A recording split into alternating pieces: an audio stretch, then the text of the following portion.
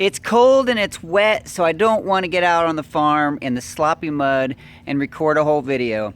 So tonight I want to use this opportunity to answer a few questions that people ask me all the time about my YouTube channel. I'm going to answer YouTube questions. The questions are: what gear do you use? Do you do this full time? Should I create my own YouTube channel?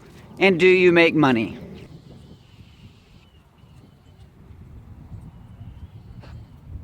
Okay, so now that we're inside and it's nice and warm and hopefully quiet, you might hear some dogs snorting or something in the background, or maybe my cell phone. Hold on, let me just silence that. Let's talk about the gear. What gear do you use on YouTube? Well, my gear is actually fairly inexpensive and lightweight. It's not there's no professional anything. I'll show you this camera in just a second, but let me say that there's been several videos that I have recorded just with my cell phone and no additional audio. I do have this right here, which is a small shotgun microphone and a dead cat for a windbreak. I know it's a terrible name, but it's called a dead cat. It really is. This is a windbreak. It helps muffle some of the wind sounds so that you get cleaner audio. And that attaches to the cell phone if I decide to shoot a video with my cell phone. And I want the audio to be more from just the direction where I'm pointing the camera instead of all of the ambient sound. But this doesn't get used very often because when the case is on the cell phone, it doesn't fit very well.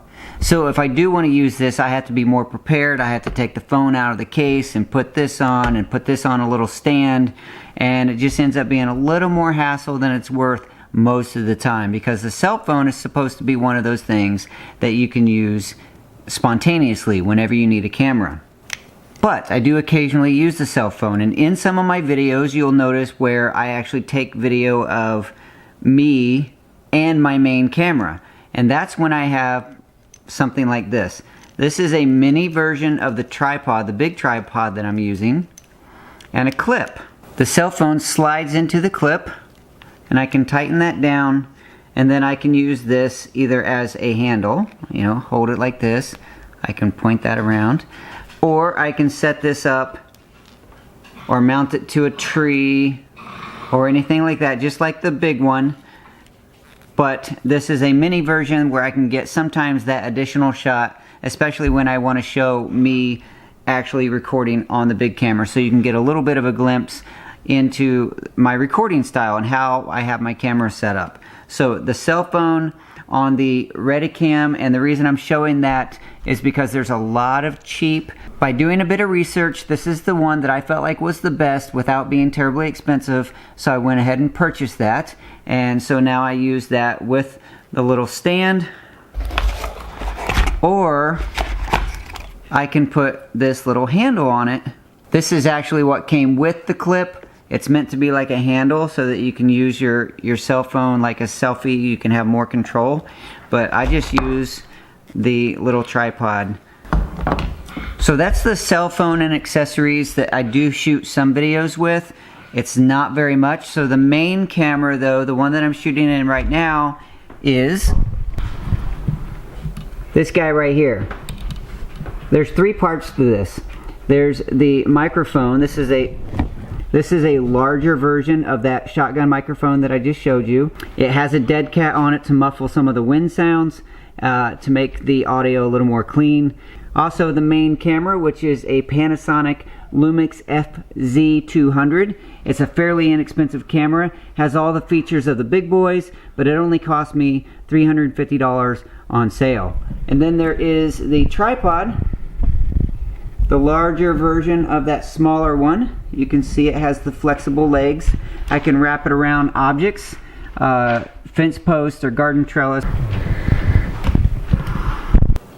I do sometimes also, or at least in the past more often, I used these wireless microphones. You attach one to your body on your lapel or whatever, and the other one onto camera. But the problem is that being that I work all of my videos, or most of my videos, are done where I'm actually doing farm projects or working in the garden, this microphone was hard to keep attached to me. Sometimes it fell off, the clip came off, or it fell off my belt, or whatever. So this right here, for a lot of people, is a really nice solution for YouTube videos, but for me it didn't work out quite as well. I'm pretty sure all of the links to all of these pieces of equipment are in the description of the video. Every one of my videos, I have a little section, it's called My Gear, and it does have Amazon links. Those Amazon links are to my affiliate store, which means that you shop on Amazon and I get a few pennies from each sale. It costs you no more, but it gives me just a few pennies, helping support what I do here. Question number 2. Do you do this full time? I think that question means, do you have a regular job as well as being a YouTube creator? And the answer is yes, I go to work. I work 40 hours a week as a graphic designer for a company in San Antonio, and then I come home in the evenings and on the weekends and I do my farm chores, my videos, and all of my family activities that I need to take care of. So this is not my full-time gig. Maybe someday. Question number 3. Should I start my own YouTube channel? People ask me, I guess for guidance, or maybe they're looking for inspiration or just a kick in the rear. Yes, start your own YouTube channel. Grab a camera. Most people have a cell phone that will do video. Grab your phone and start recording. Share your story. Share your passion. Is it about your garden? Is it about your homestead? Is it about your artwork?